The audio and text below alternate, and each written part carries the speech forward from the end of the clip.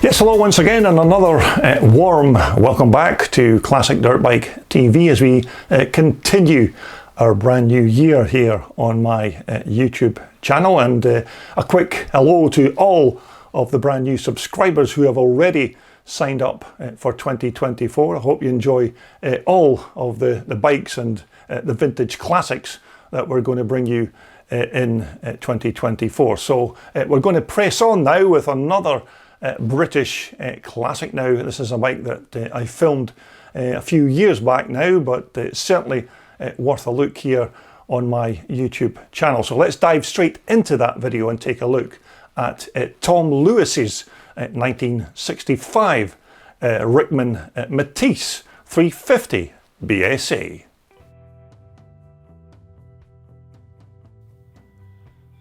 Okay, so this lovely British classic is the property of Scottish rider Tom Lewis, and this is Tom's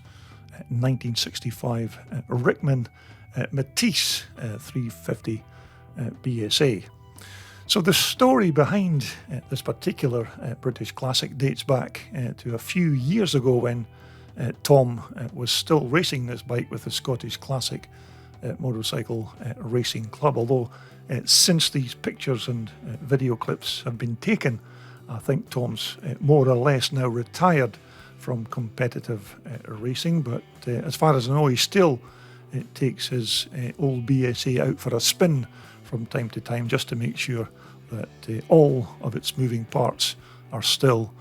in good health. Now, although this lovely bike here does indeed belong to Tom, he unfortunately can't take any of the credit for its nice looks or its construction, because Tom more or less bought this bike in this very same condition you see here, although he did add some personal touches of his own to the bike soon after taking possession. But all of the hard graft to actually build this bike was done by Durham-based classic bike builder and racer Philip Kendrew, who's certainly no stranger when it comes to building and racing these old British classics. And Philip currently owns and races a couple of other Rickman vintage machines, one with a big Triumph twin motor and another with a single-cylinder Jawa engine inside the frame. And it was because Philip had already the big Triumph twin and his big Jawa single in his collection that he had the initial idea this time to build this lighter, smaller capacity single-cylinder BSA 350, which of course is made up from a 1965 Rickman frame kit and a big BSA B44 power plant. But when you take a look here at both of Philip's other machines, like his big Triumph twin here and that big single-cylinder four-stroke Jawa just behind it, you can begin to see how both of these machines look very similar to the 350 BSA. And I do remember Philip telling me that both of these bikes, he says, are fantastic to ride, but he still wanted to build a much lighter, smaller capacity British scrambler, which is why he then decided on the 350 BSA, complete, of course, using that British built Rickman frame. But Philip's big Jawa single here is yet another cracker of an engine sitting inside one of these Rickman chassis. So when Philip first decided to build this BSA, obviously his first stop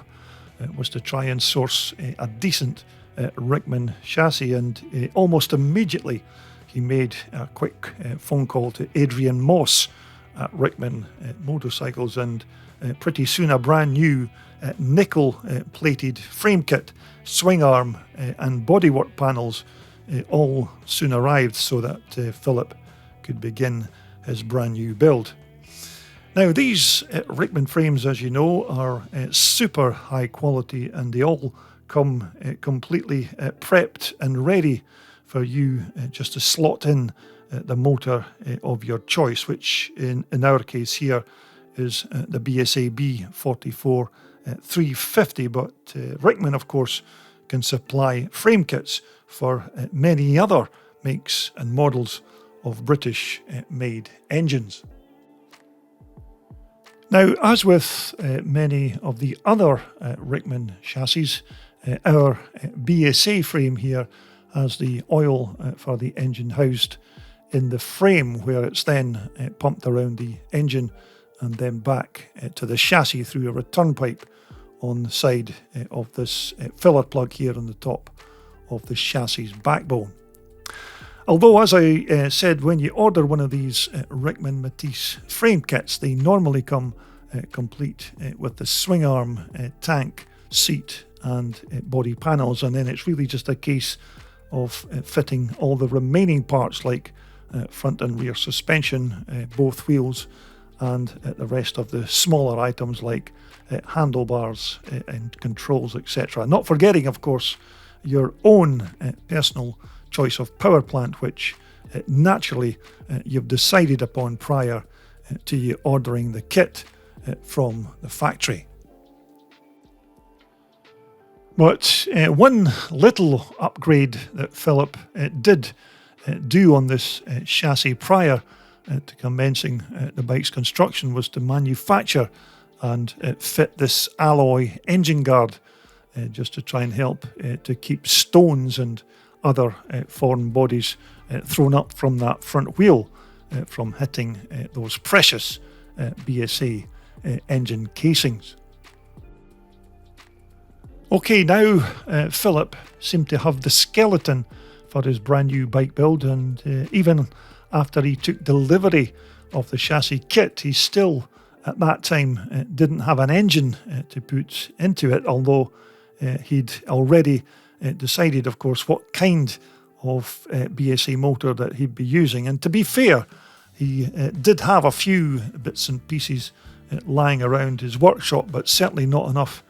to build a 350 motor. So he thought that the best course of action for him was to visit BSA engine expert Rob Jones, who certainly knows his way around these British classics, whereby Rob soon agreed to build an engine for Philip's new project and then deliver it as soon as it was completed. But initially, as it turned out, Rob never actually had a complete engine that he could just give to Philip, but what he did do was that he built him a brand new engine using many of the spare BSA engine parts that he had lying around his workshop. So firstly, the crankcases were taken from a B44 engine, and Rob then later added a 70mm short stroke barrel and a 4-speed gearbox. And also a brand new Carrillo conrod and crankshaft was also added, and most of the remaining engine components were just basic BSA stock items, because Rob's thoughts were by keeping as many of the engine parts as standard as possible, that would ensure that the motor would still be a good, strong club rider's bike, and hopefully it would make it more reliable as well, because out and out power wasn't the most important factor when he was deciding on the finished specs of this engine. It was much more important that it all held together and was reliable. So rather than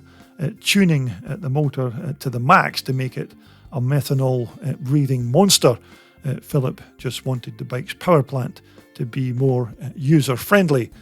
sensible and benign. And so with all of those engine parameters in place, and apart from the aforementioned changes to the bottom end of the BSA motor, the top of the cylinder head was basically just kept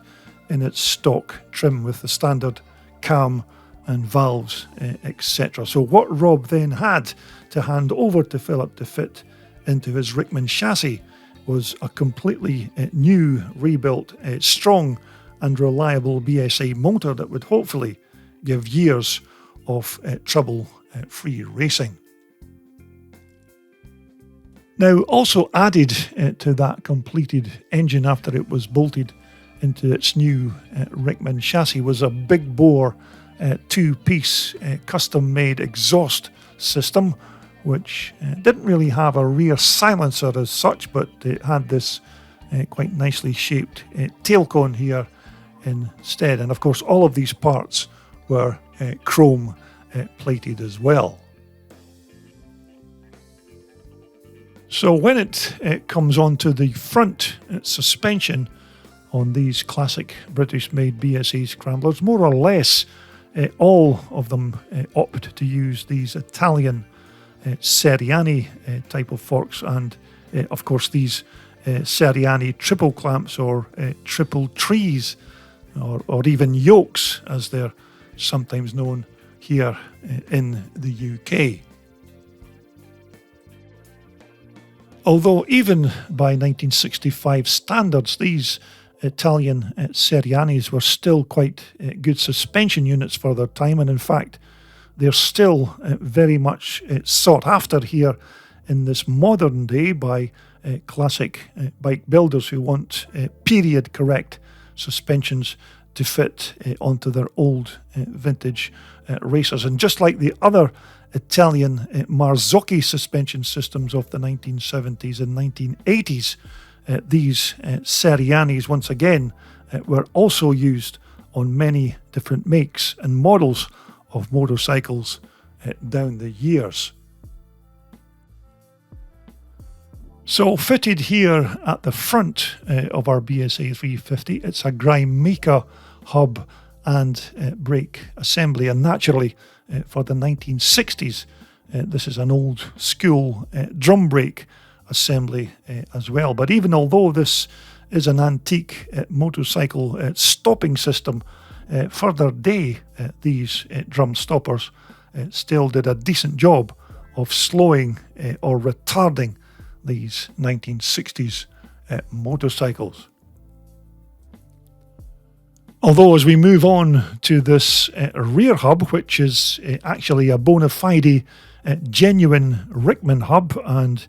brake drum, which is quite rare to find on these older Rickman chassis, is only a very limited amount of these cast alloy hubs and brake backplates were actually made. So this is a unique part to still come across on one of these old classics, as most of these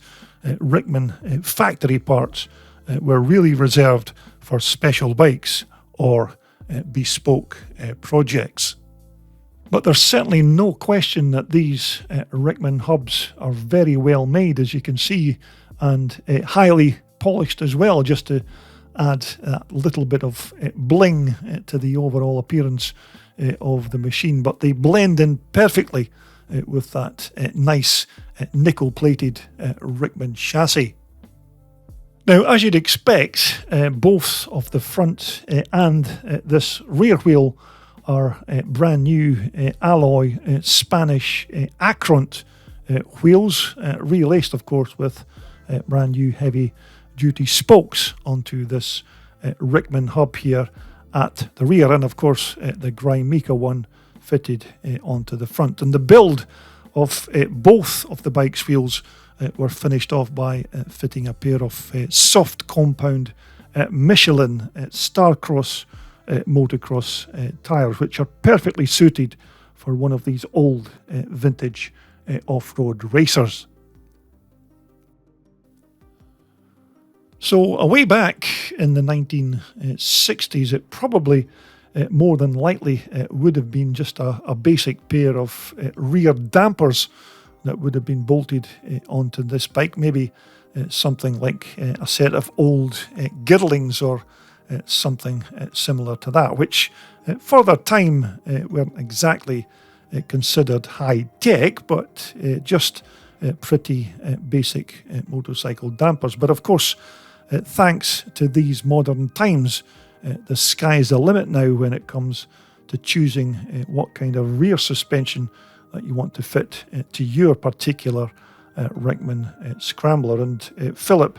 has chosen to go for quite a decent pair of classic Hagens on his BSA, which although don't have those piggyback or remote reservoirs, they're still in keeping with the classic theme of the bike. And more importantly, these Hagens are a million miles better than those old 1960s units that were fitted back then. And the icing on this particular cake here is that these shocks are made right here in the UK. And so as we move on to the bike's fuel tank, now normally when you order one of these Rickman frame kits, they usually come complete with a fiberglass fuel tank, although as you can gather here, Philip has an alloy fuel cell bolted onto his machine, which I suspect is maybe just some kind of upgrade from Rickman, or maybe this is just a part that Philip's managed to source himself, or maybe purchase from a different supplier. But as you can see, it's very well made, and possibly it's stronger and harder wearing than those more fragile fiberglass items. Although despite the tank's different method of construction, it still has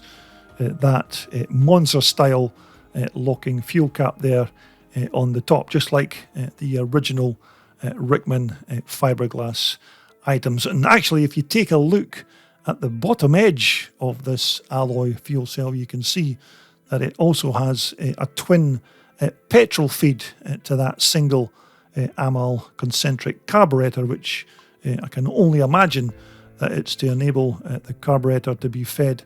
from either side of the tank. But certainly for me, this is something a bit unusual and not a scenario that I've come across before on one of these Rickman racers. And once again, the Rickman's seat and all of the other fiberglass body panels, front mudguard and this rear tail cone here are all part of the Rickman frame kit. And the great thing about all of these body panels is that you can have them painted in whichever colour takes your fancy. And in Philip's case here, he seems to have gone for this sort of navy blue type theme, which I must admit does certainly look good on this old BSA. But when you see this tail cone here at the rear of the bike and that seat with the Rickman logo on the back, it's no mistaking what make and model of machine you're looking at, or even following if you're behind it on the racetrack. So as we make our way into the driver's seat of our 350 BSA, almost all of these controls are brand new items, beginning of course with a pair of modern style Renthal handlebars, which are bolted onto a nice pair of alloy bar risers just to lift the height of the bars up ever so slightly to make it a more comfortable driving position. And as we move around to the clutch and front brake levers, these again are new items, as of course are all of the control cables as well. And for super safety, an engine kill switch has also been added there to this clutch side of the bars, just in case anything went wrong with that BSA engine and it needed shutting down in a hurry. Now, to control all of those ponies inside the 350 4-stroke motor, this very nicely constructed gasser throttle has the job of keeping them all in check. Now, this rather snazzy looking item is manufactured by Foxy Race Products, who normally make components for speedway racing motorcycles, but naturally many of their components can also be used on vintage scrambles bikes such as ours. So Philip did tell me that this entire project, from the initial idea to construct the bike to its eventual completion, took him just over 3 months to complete. And soon after that, Philip did race the bike competitively many times before eventually selling it on to its current owner, Tom Lewis. But Philip also told me that this was a fantastic little bike to ride, and he said it was the combination of that light Rickman chassis and the smooth power of that 350 BSA 4-stroke motor that made it such a fun club rider's machine. Although, as with many of these kind of special build projects, bike builders like Philip eventually have to move them on to finance other ideas and bike build projects. And in fact, Philip's latest vintage dirt bike build is trying to fit a 1930s John Alfred Prestwich Jap engine into a big BSA Gold Star chassis, which should be an interesting combination. And who knows, we may even begin to feature it here on Classic Dirt Bike TV once Philip gets it all completed. So as far as I'm led to believe, Tom Lewis still owns this bike, and he certainly raced it many times with the Scottish Classic Motorcycle Racing Club for quite a few years after initially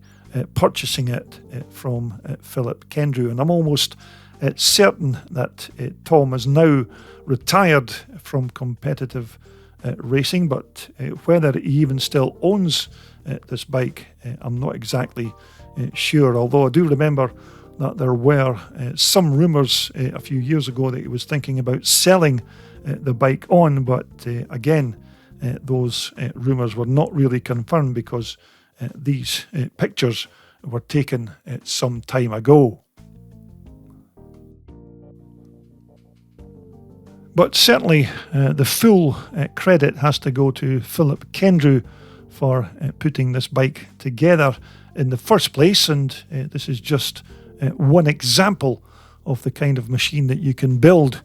using one of these Rickman chassis kits, because the many different combinations of engines that you can slot into these frames makes them a classic bike builder's dream. And this 1965 350 is certainly a little belter.